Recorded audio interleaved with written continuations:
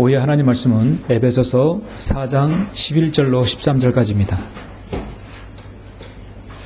에베소서 4장 11절로 13절 말씀입니다. 봉독해 올리겠습니다. 그가 어떤 사람들은 사도로, 어떤 사람들은 선지자로, 어떤 사람들은 복음 전도자로, 어떤 사람들은 목사와 교사로 주셨으니 이는 성도들을 온전케 하며 섬기는 일을 하게 하고 그리스도의 몸을 세우게 하여 우리 모두가 믿음의 하나됨과 하나님의 아들을 아는 지식의 하나됨에 도달하게 하고 온전한 사람이 되어 그리스도의 충만하심에 장성한 분량에까지 이르게 하려 하심이라. 아멘. 주님께서 바로 여러분들에게 요구하시는 말씀입니다. 오늘 말씀을 위해서 잠시 기도드리겠습니다. 자비로우시고 은혜로우신 아버지 하나님, 감사와 찬양을 돌려드립니다. 예수 그리스도의 피로 구속받은 성도들 오후에 다시 모이게 해주시고 우리가 오늘 말씀을 통하여 다시 한번 주님과 가까워지며 주님께 더욱더 밀착되는 시간을 갖길 원합니다. 제가 방금 봉독한 에베소서 4장 말씀에 주님께 축복해 주시고 기름 부어주셔서 여느 모든 성도들이 이제 주님께서 우리를 부르시면 우리가 저 셋자늘에 올라가야 합니다. 그러기까지 우리의 섬김이 어떠한 모양이 되며 우리의 섬김의 자세가 어떠한 자세로 되어야 되는지 오늘 말씀을 통해 귀한 도전을 받길 원합니다. 신랑 되신 예수님께서 신부를 보시기에 어떤 모습인지를 우리 자신을 비춰 잘 볼 수 있도록 주님께서 인도해 주시고 서로가 기이한 도전이 되는 말씀 되게 하여 주시길 원합니다. 마귀가 어떤 형태로든 틈타지 못하도록 막아주시고 이 한 시간, 이 공간을 주님의 장중 안에 붙들어 주십시오. 주 예수 그리스도 이름으로 기도드렸습니다. 아멘.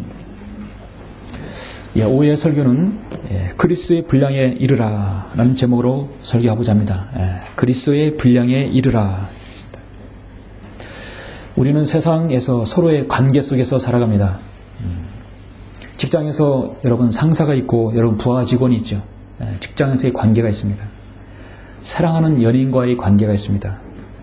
가정에서 부부간의 관계가 있습니다. 부모님과 자녀가의 관계가 있습니다. 교회 안에서는 여러분 또 나가서도 마찬가지지만 주님과 여러분과의 관계가 있습니다.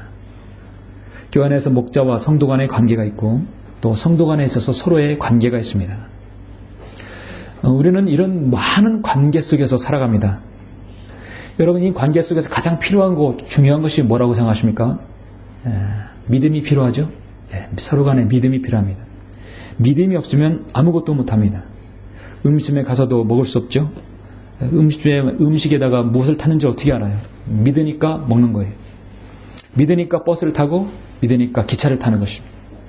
믿으니까 병원에 가서 약을 받는 것입니다. 서로의 믿음이 필요하죠. 그리고 서로의 관계 속에서 필요한 것이 무엇입니까? 무엇인가 서로가 요구한다는 것입니다.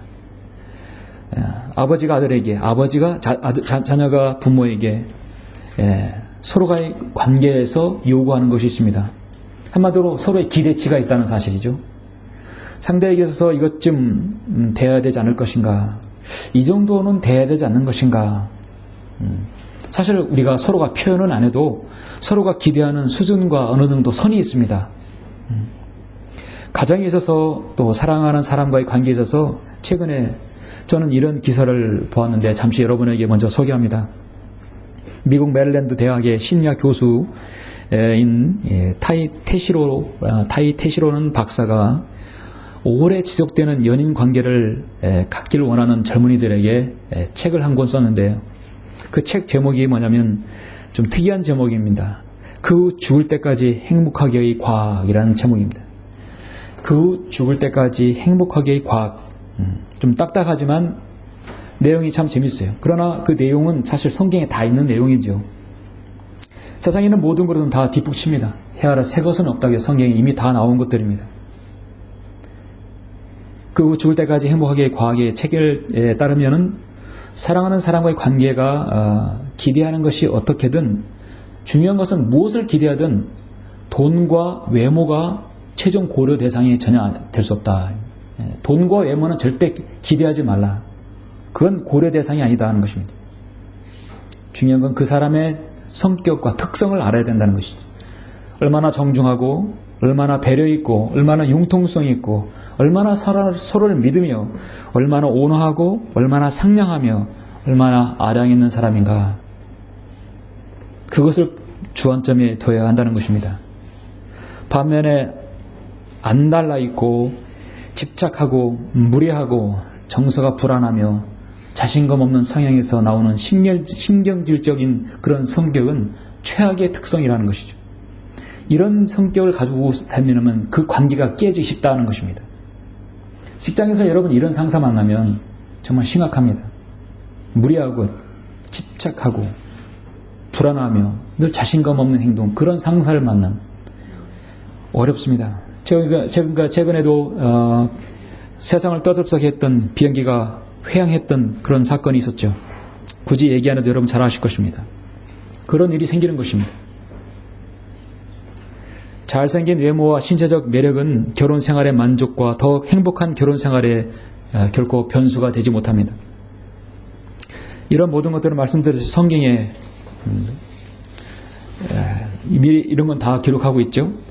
성경이 외모를 보란 말은 없어요. 가진 것의 부를 가지고 평가한다는 것도 없습니다. 그는 이어서 이렇게 말합니다. 인간의 좋아하는 마음과 육정은 변화하는 자연 감솔이다. 좋아하는 마음과 육정, 보이는 것에서는 아름다움은 1년에 적어도 3% 내지 8%까지 줄어든다는 것이에요. 그러니까 사람의 외모는 시간이 가면 갈수록 늙게 되어 있고 쇠퇴하게 되어 있기 때문에 1년에 3%에서 8%까지 줄어든다는 것입니다. 돈이야 기본적으로 감당하는 경제적 고난이 어렵지 않을 정도만 있으면 된다는 것입니다. 오늘날 많은 여성들이, 많은 남성들이 이 결혼을 늦추고 있습니다. 늦춘 이유 중에 하나가 결혼 상대자를 쉽게 찾지 못하기 때문이죠. 상당한 결혼 연령이 늦어요. 늦으니까 아이들이 출산율이 저조하는 것입니다. 어떤 여성은 늘 자기는 잘생겨야 되고 키도 크고 인간성이 좋으면서 배려 있는 남자, 거기다가 돈 있는 그런 남자를 찾으려 합니다. 이런 남자는 우리나라 1%가 되질 않아요. 1%가 안 되는 거예요. 그런 1%가 또 나에게 오지도 않고 좀 제로예요. 그럼 결혼 아직 하지 않는 남자들은 마찬가지예요. 아름답고 키 크고 인간성 좋고 배려 있는 여자, 거기에 돈 많은 여자, 그게 1%가 되지 않는데 그런 여자도 나에게 오지 않아요. 그런데 우리 교회는 마지막 빼고 그런 4가지를 소유한 분들이 몇 분 계신데 아직 못 만났다는 건 참 어렵습니다. 우리 잘생겼고요, 키도 크고 인간성 좋고 배려 있고, 이 돈은 잘 모르겠어요. 이 4가지가 있는 분이 몇 분 있는데 아직 몰라. 사람들이 몰라줘요. 저 가까이 쪽이 있는데, 이 태시로 박사는 결론적으로 중요한 것은 평균적인 외모나 키, 수입에 만족하게 되면 지속적이고 평생 가는 사람을 찾을 가능성은 훨씬 더 많이 끌어올릴 수 있다고 합니다. 상위 1%도 되지 않는 부와 외모 같은 피상적인 특성을 바라다 보면 결국은 이 책 제목처럼 그 죽을 때까지 행복하게 가능성은 제로가 되는 것이죠. 자, 성도 여러분, 우리는 주 예수 그리스도의 피로 거듭난 사람들입니다. 하나님의 교회에 속한 우리는 그리스도의 신부입니다. 우리는 장차 주님께서 부르시면 저 셋잔들로 쫙 끌려 올라가서 휴거될 것이에요. 주님과 어린 양의 혼인잔치에 참여하는 정말 우리가 주인공이죠. 신부가 주인공 아닙니까? 가슴 설레는 그 일들이 앞으로 우리 앞에 펼쳐질 것입니다. 그때 되면 이미 늦어버려요. 이렇게 살 걸 저렇게 살 건 이미 늦어버립니다. 여러분이 예수 그리스도를 믿고 구원받는 순간, 자, 정원한 상태입니다. 정원한 사이입니다. 아까 간증하셨지만 여러분, 믿고 구원받는 순간에 주님과 정원한 사이입니다. 정원은 뭡니까? 혼인한 서약한 거예요. 이제 결혼식만 남은 것이에요. 우리는 이 땅에서 그동안 영적 전쟁을 싸우고 있는 그리스도의 군사입니다. 또 한편으로는 여러분, 신부 수업을 단단히 받아야 할 의무도 있습니다. 결혼하기 전에 신부들 신부 수업 받잖아요. 음식도 만들고 뭐 더 할 수 있는 꼬드꼬지도 하고 여러 가지 기본적인 신부 수업들, 결혼을 해서 한 아내로서 여러분이 해야 할 것들을 미리 연습하고 준비하는 것입니다. 그렇다면 주님께서도 분명히 신부인 여러 교회에게, 여러분에게도 기대하는 기대치가 있을 거예요. 예, 기대하는 기대치가 있을 겁니다. 어떤 기대를 여러분에게 걸 것입니까? 한마디로 말씀드리면 그건 성숙한 그리스도인으로서 여러분 하나님께서 기대하는 겁니다. 신랑이신 주님께서 신부인 교회에게 기대하는 것이 전혀 무리는 아니죠. 장차 아름다운 신부로 맞아들일 것을 기대하고 있는 거예요. 여러분도 결혼해보시면 아시겠지만 결혼식 당일까지 신부가 얼마나 아름답게 꾸밀 걸로 기대하고 있잖아요. 주님께서도 여러분을 부르실 때 아름답게 준비할 걸로 기대하고 있습니다. 오늘 이 본문 말씀 11절부터 13절은 여러분이 이 땅에 있는 동안 주님께서 최상으로 준비할 수 있는 예수님의 그 기대치인 것입니다. 그걸 다른 말로 그리스도의 충만하심의 장성한 분량이라는 것이. 이걸 제목을 너무 길게 하다 보니까 오히려 여러분 기억 못하실 것 같아서 축약해서 그리스도의 분량에 이르라, 그렇게 제목을 정했습니다. 우리 성도님들은 평생의 섬김에 있어서 주님의 분량에 만족하도록 우리는 채워야 할 것입니다. 그것이 유한한 인간이 전능하신 하나님을 닮을 수 없는 것처럼 참 그것은 사실 요원할 수도 있어요. 피조물이 창조주를 담을 수는 없습니다. 그러나 주님을 따를 수는 있죠. 예, 따를 수는 있어요. 오늘 그것을 여러분과 함께 잠시 숙고하려고 합니다. 여러분 아시다시피 에베소서 말씀은 어떻습니까? 교회와 예수 그리스도와 이치예요. 교회가 바로 주님의 신부라는 사실. 그래서 에베소서 5장 같은 경우는 결혼식 할 때 가장 많이 나오는 본문이죠. 신랑과 신부의 관계. 예수 그리스도와 바로 교회의 관계에 대해서 말씀하고 있습니다. 특히 오늘 본문 4장 11절부터 13절은 하나님께서 하나님의 교회에게 허락하신 각양각색의 은사들을 맡은 청지기가 어떻게 해야 하고, 여러분이 주님께 이제 주님을 만났을 때 어떤 기대를 갈고 주님은 계시는 것인가에 대해서 사도 바울을 통해 여러분에게 제시하고 있습니다. 교회 건물을 지으면 사람들이 모이면 다 같은 교회라고 생각한다면 착각이죠. 맨날 그곳에 진리가 없으면 그냥 사람의 모임입니다. 그냥 커뮤니티가 되는 것이죠. 결코 처치 교회라고 할 수는 없습니다. 거기에는 문화는 있지만 신앙은 없어요. 이 바로 교회 안에는 신앙이 있는 것입니다. 자신의 교인 중에 90% 이상이 구원받았는지 10%가 구원받지 않았는지, 목회자 그 정도 관심이 최소한 있어야 되겠죠. 어느 정도 구원을 받았고 그 성도가 어느 정도의 진리 지식에 체계를 잡았는지 알아야 합니다. 다시 한번 본문을 보겠습니다. 11절부터 13절. 우리 주님께서 여러분에게 원하는 기대치입니다. 그가 어떤 사람들은 사도로, 어떤 사람들은 선지자로, 어떤 사람들은 복음 전도자로, 어떤 사람들은 목사와 교사로 주셨으니, 모두 다 목사가 아니라 교사가 아니라 주님께서 여러분에게 여러분 그릇대로 주셨습니다.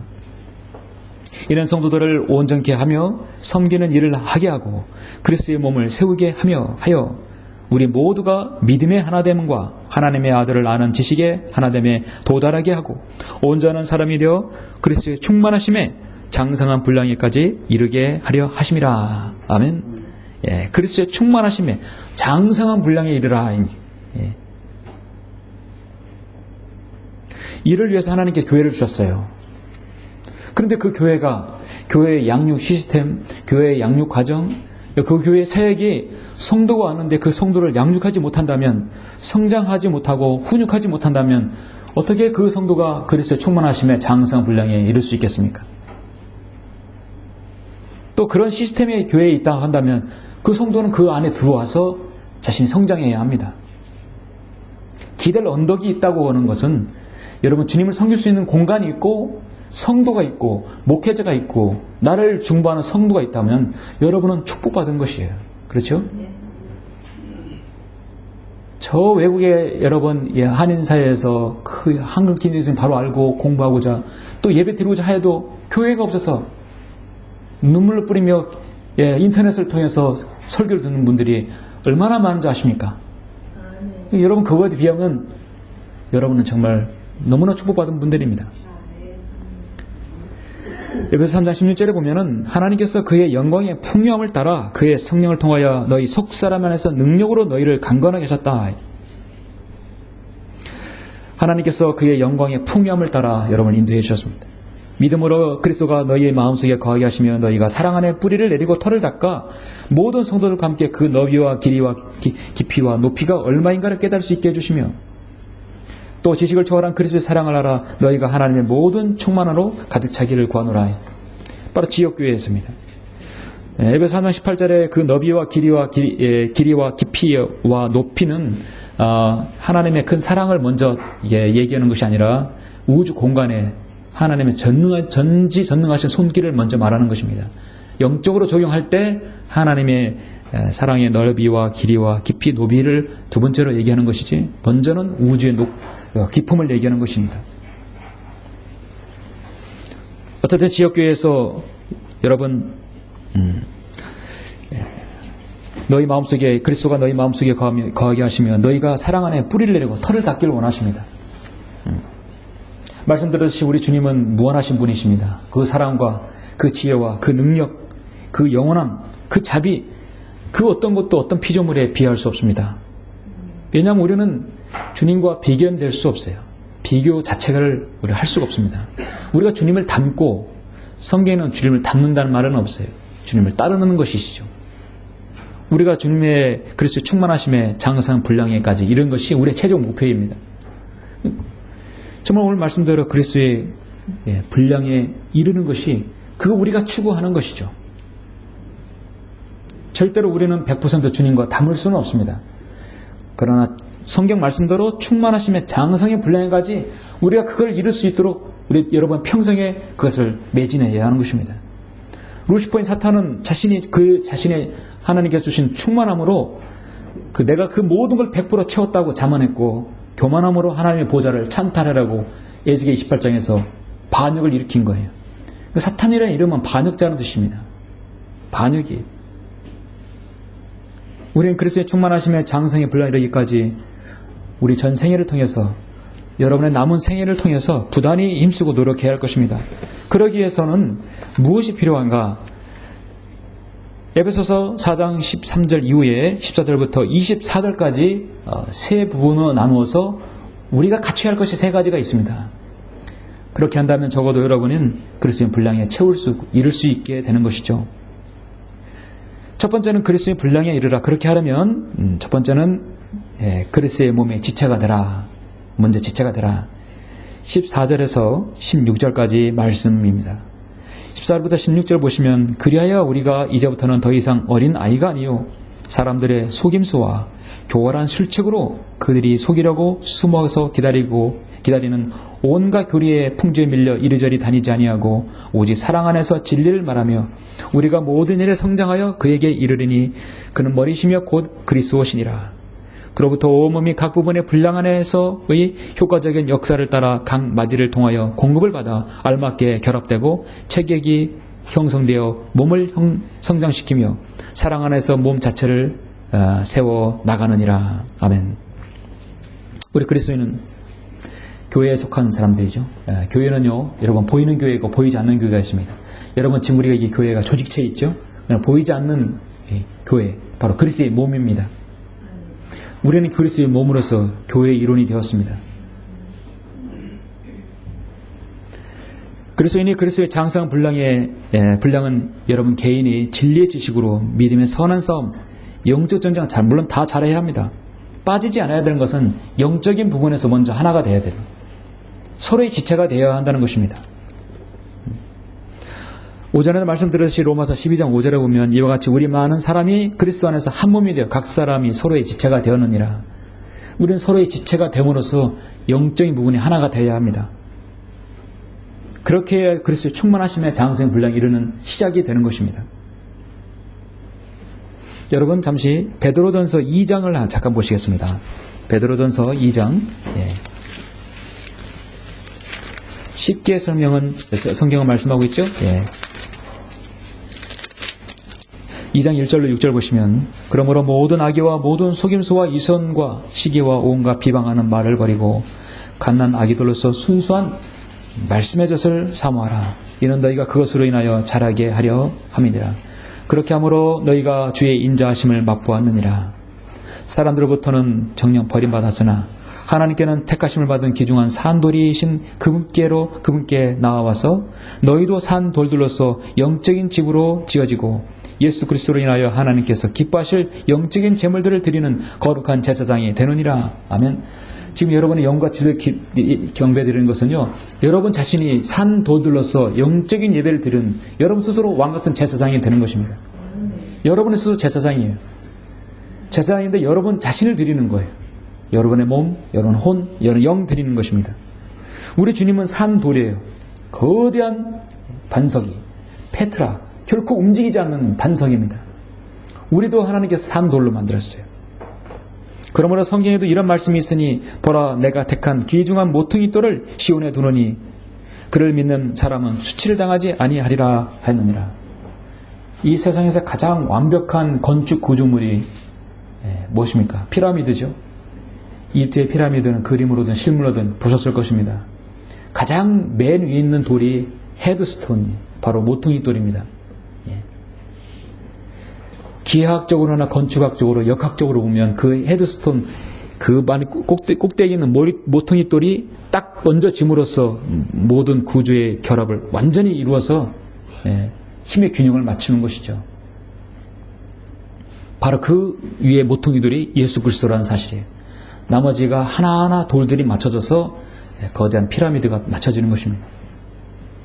바로 교회의 개념이에요. 보이지 않는 교회. 그리스도의 몸은요. 그리스도의 몸은 여러분 그 지체가 된다는 얘기는 여러분 한 사람 한 사람이 산돌이 되어서 거기에 딱딱 들어가 맞는 거예요. 그렇게 해서 하나의 그리스도의 몸을 이루는 것입니다. 교회의 머리는 예수 그리스도시죠.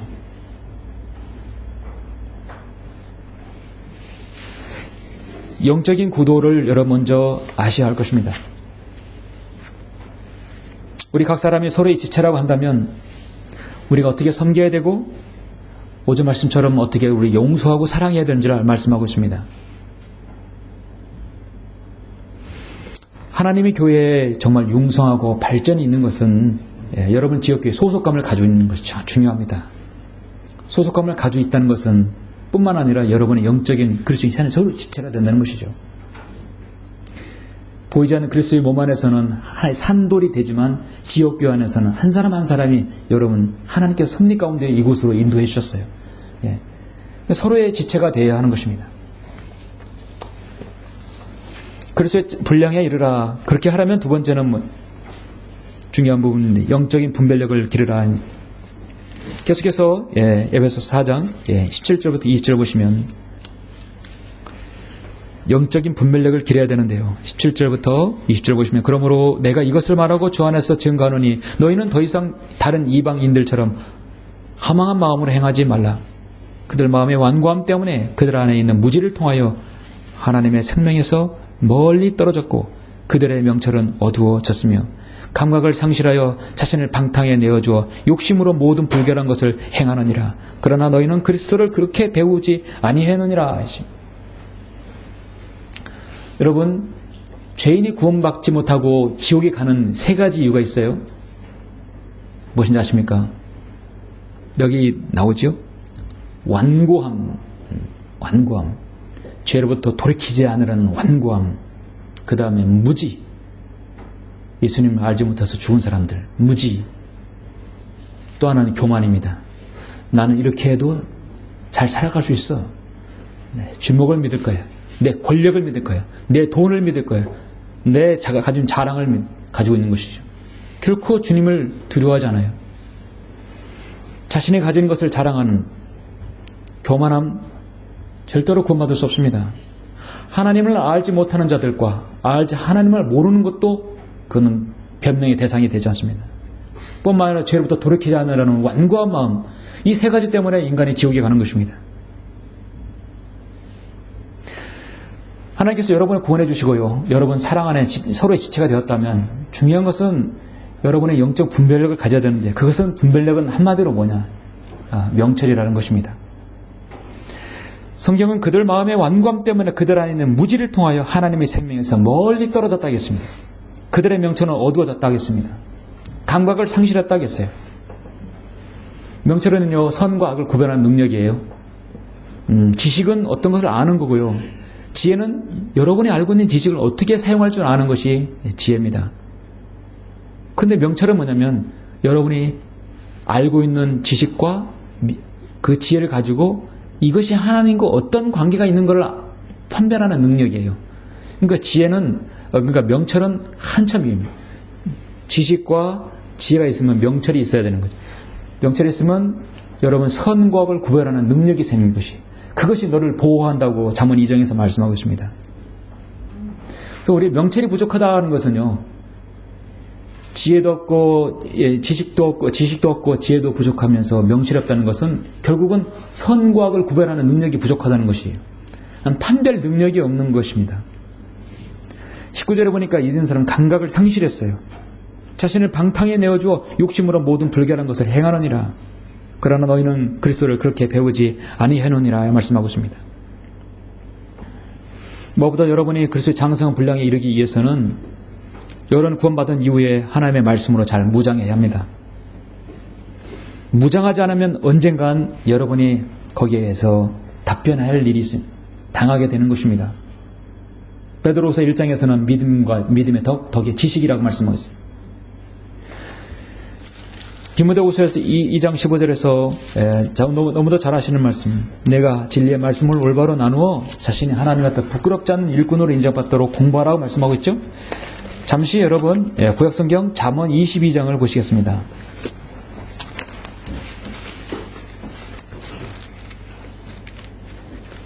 잠언 22장 17절 보시면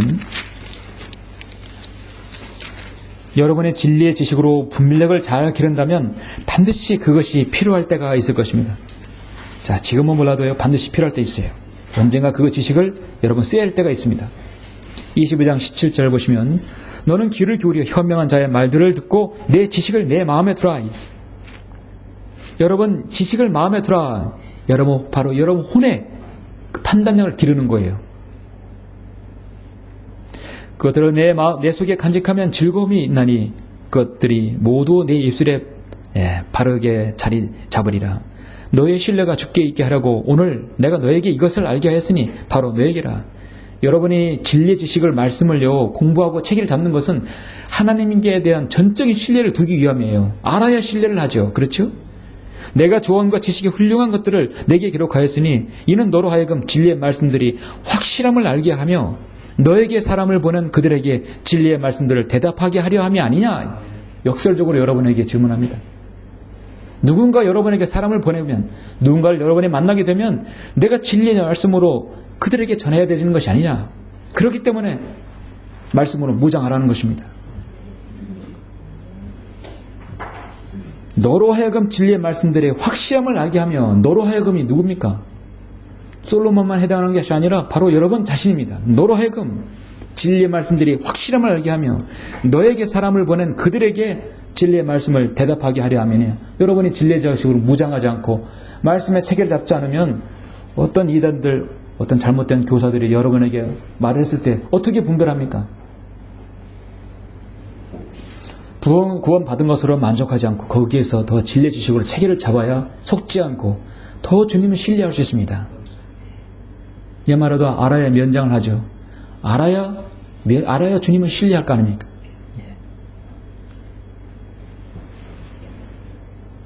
주의 말씀들이 발견되었기에 내가 그것을 먹었더니 주의 말씀이 내게 내 마음의 기쁨과 즐거움이 되었나이다.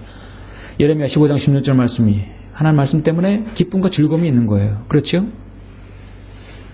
성경을 상고하라. 우리 주님께서 요한복음 5장 39절에서 말씀해요.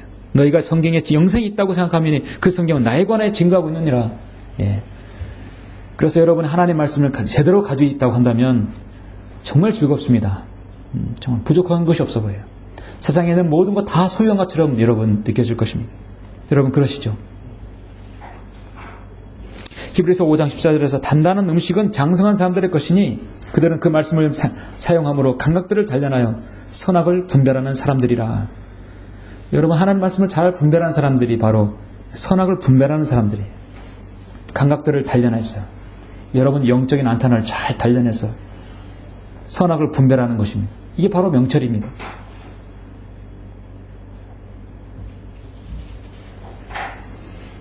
그러면 주님께서 여러분에게 원하는 여러분의 혼적인 여러분 주님의 그 기대치를 여러분이 달성하는 것이죠. 그래서 분량에 이르라. 그렇게 하려면 마지막 세 번째는 무엇입니까? 옛사람을 버리고 새사람을 입으라 하는 것입니다. 우리 육신이 빠질 수가 없죠. 21절부터 24절 보시면 진리가 에베소서 4장 21절 예수 안에 있는 바와 같이 과연 너희가 그에게서 듣고 또 그에 의해 배웠을진데 이전 행실에 관해서는 기만의 욕망에 따라 썩어진 옛사람을 벗어버리고 너희 생각의 영 안에서 새롭게 되어 하나님을 따라 의와 참된 거룩함 안에서 창조된 새 사람을 입으라. 새 사람을 입으라. 옛 사람을 버리고 새 사람을 입으라는 것이죠. 성경 여러 곳에서 한 사람의 죄인이 예수 그리스도의 복음을 듣고 구원받았어요. 성장하려면 내 자안에 내재되어 있던 옛 사람과 성령으로 새롭게 태어난 새 사람과의 치열한 영적 전쟁이 있다는 것을 말씀하고 있어요. 영적 전쟁은요, 여러분 하나님의 교회 안에서 여러분 있는 것이 더 중요한 것은 여러분 가정에도 있고 여러분 안에서 내재되어 있는 것이죠. 끊임없이 내재되어 있어요. 그와 같은 밥 먹고 갈등이 바로 로마서 6, 7, 8장에 있는 것입니다. 여러분 평생에 싸워야 될 문제예요. 여러분 안에 평생 동안 여러분 안에 내재되어 있는 옛사람, 고린도후서 4장에서는 겉사람과 속사람으로 말씀하고 있고 로마서 6장에서는 불의의 병기와 의의 병기가 나오죠. 로마서 7장에서는 죄의 법이 나오고 하나님의 법이 나오고 로마서 8장에서는 죄와 사망의 법이 나오고 성령의 법이 나오고 골로새서 3장과 에베소 4장에서는 옛사람과 새사람이 나오고 여러분 안에 또 다른 여러분이 나가 있다는 것이죠. 여러분 그거 인정하십니까? 여러분 안에 또 다른 내가 있어요.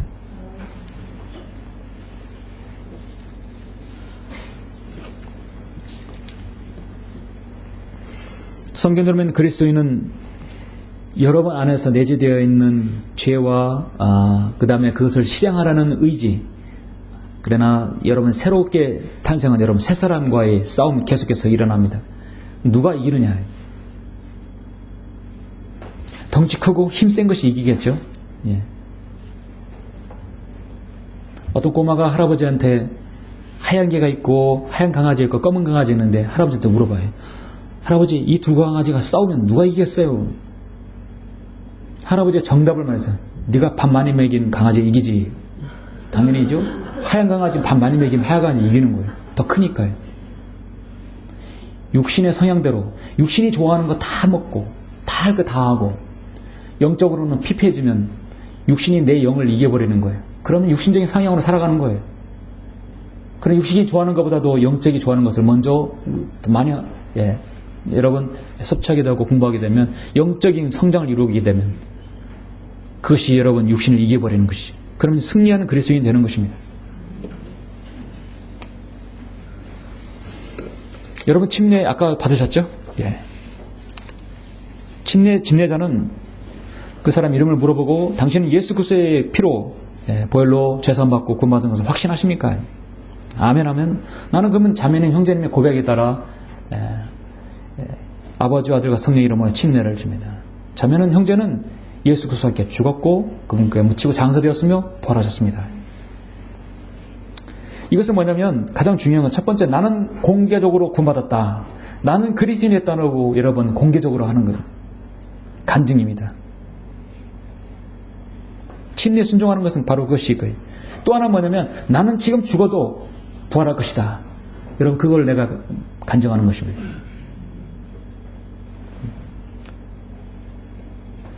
세 번째 의미는 뭔지 아십니까?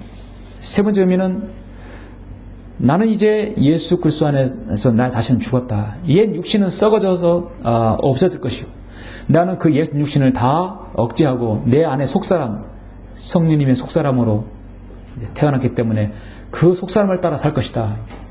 내 육체가 거기를 따라 살 것이라는 것이죠.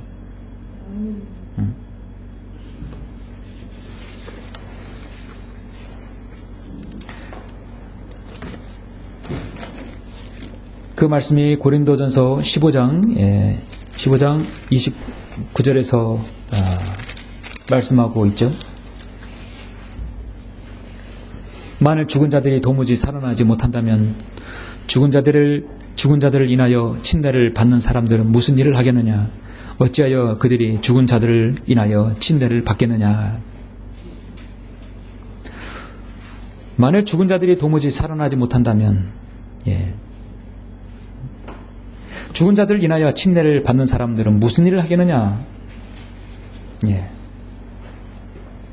만일 내가 예수 그리스도를 통해서 구원받은 사람이 내가 침례를 받는다고 한다면 내 자신 육신으로부터 내가 죽어야 된다는 것이에요. 그렇지 않으려면 내가 침례를 받는 이유가 무엇이냐? 죽은 사람이 살아나지 못한다면, 그 사람이 부활하지 못한다면 내가 어떻게 물침례를 통해서 자신의 옛사람을 장사지내어 예수가서는 침례받았다는 것을 공개적으로 내가 간증하느냐? 그래서 사도 바울은 나는 매일 죽노라 말씀하고 있습니다. 3절에서 나는 매일 죽었다. 뭐가 죽느냐? 내 육신이 죽겠다는 것이. 그런데 개혁성경에서는 이것을 세례로 바꿔놔서 이상한 성경으로 만들었어요. 만일 죽은 자들이 도무지 다시 살아나지 못한다면 죽은 자들을 위하여 세례를 받는 사람들은 무엇을 하겠느냐? 어찌하여 그들을 위하여 세례를 받느냐? 죽은 자를 위해서 세례를 받는 건 이런 끔찍한 성경이 되어버리는 것입니다. 죽은 자를 위해서 할 수 있는 게 뭐가 있어요, 여러분? 죽은 자를 위해서 세례 받아요? 그거는 몰몬교죠. 몰몬교는 죽은 자의 무덤에까지 물을 뿌리니까요. 정동수의 흠정력, 바깥에 박사성경 있죠? 정동수 흠정력, 킴제임스 흠정력, 한글 킴제임스의 짝퉁 성경입니다. 거기 또 동일하게 한국의 개혁 개정판하고 동일해요. 정동수 흠정력도 제가 아침 차서 그대로 전했어요. 그렇지 않아야 많은 죽은 자들을 결코 일어나지 아니한다면 죽은 자들을 대체하여 침례를 받는 자들이 무엇을 하겠느냐? 죽은 자들을 대체하여 침례를 받는다. 죽은 자를 위해서 할 수 있는 건 아무것도 없어요. 이 고린도전서 15장 29절은 여러분이 침례받는 의미를 정확하게 제시한 거예요. 죽어도 살 것이고 나는 구원받았고 나는 이제부터 내 육신에 사는 삶은 다 모두 주님을 위한 삶이라는 거 고백하는 것입니다. 잠시 여러분 요한일서 3장 9절 한번 보세요. 요한일서 3장 9절.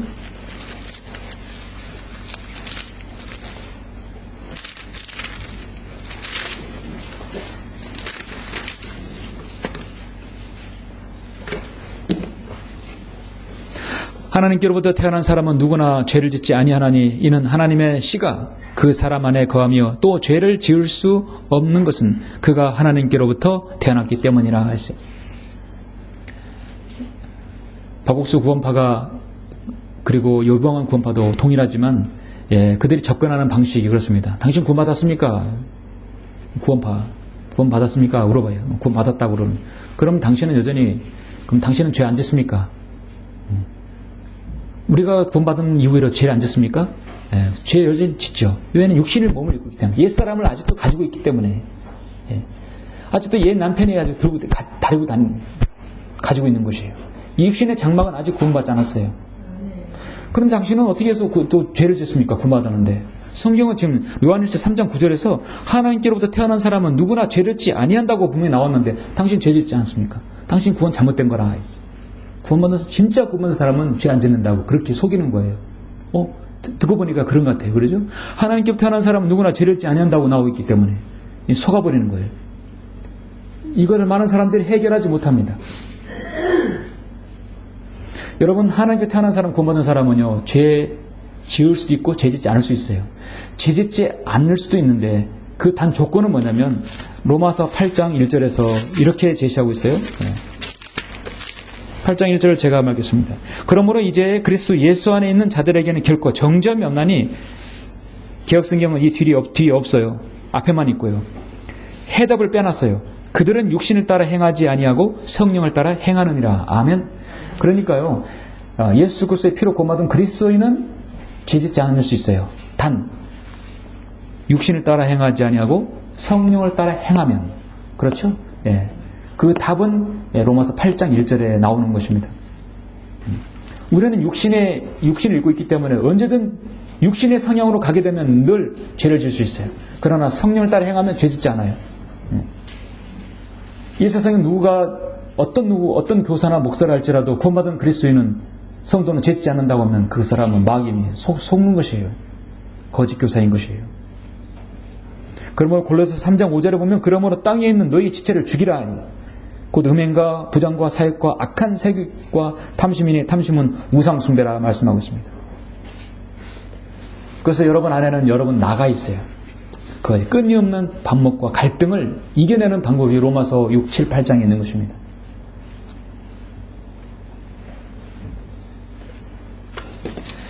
사랑하는 성도 여러분, 하나님의 교회에 성숙한 성도의 그 모든 증거는 있습니다. 그래서 그것은 그리스도의 내 몸의 지체가 되었다. 오늘 에베소 4장 말씀, 바로 14절에서 16절까지 말씀. 그리고 영적인 분별력을 기르다. 그리고 옛사람을 버리고 새사람을 입으라는 것. 자세히 보시면요, 예수님께서 여러분을 부르시고 이제 장차 신부로서 여러분을 맞이하실 때는 하나님께서 원하시는, 예수님이 원하는 기대치가 있어요. 여러분 영적으로는 그리스도의 몸의 지체가 되는 거고요. 여러분 혼, 정신, 여러분의 마음은 영적 분별력을 잘 가지고 있는 것이에요. 여러분 공부에 집중하고 말씀을 잘 알 수 있는 것은 여러분의 정신이 온전해지는 것이죠. 그리고 여러분 옛사람을 버리고 새사람을 가지고 있는 것은 여러분의 육신을, 성향을 죽이는 것이, 결국은 주님께서 원하시는 건 여러분의 영, 혼, 몸 다 온전히 바르게 여러분 성장해 나가는 것입니다. 그것을 주님께서 바로 그리스도의 충만하심의 장성한 분량에 이르는 것입니다. 결론적으로 에베소 5장 10절에 보면 무엇이 주를 기쁘시게 할 것인지 입증하라. 여러분 나오죠? 5장 10절 보면 무엇이 주를 기쁘시게 할 것인지 입증하라. 저는 에베소서 이 말씀, 참 모든 말씀이 참으로 우리에게 와닿지만 너무나 와닿는 말씀이에요. 무엇이 주님을 기쁘시게 할 것인지.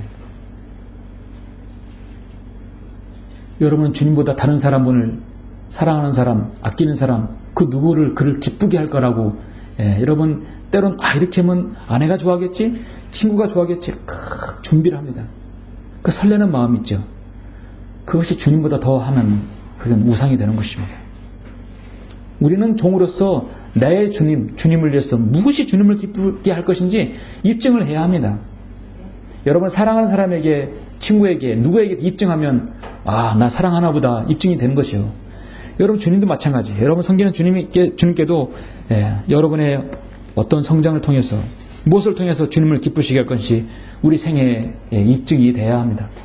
그렇게 했을 때 여러분은 주님께서 여러분의 원하는 그 기대치에 부응할 수 있습니다. 주님께서 부활하신 주의 첫날에 이 지역교회에서 모여 여러분 영과 진리로 이 딱딱한 의지에 앉아서 예배를 드리는 것 쉽지 않습니다. 멀리서 차를 타고 오시는 것도 쉽지 않습니다. 그러나 주님께서 정말 그 일을 얼마나 기쁘시게 보시겠습니까? 하나하나 말씀을 들어서 말씀의 체계를 잡고 내가 이렇게 살아서는 안 되겠다. 내가 남은 생애를 정말 그리스도의 장성한 분량에 이뤄야겠다. 이런 그런 마음을 가지고 있으면 정말 여러분 주님을 기쁘시게 하는 삶을 살 수 있습니다. 주님께서 오실 때까지 여러분 그런 삶으로 주님께 영광 돌리시길 간절히 바랍니다. 기도하시겠습니다.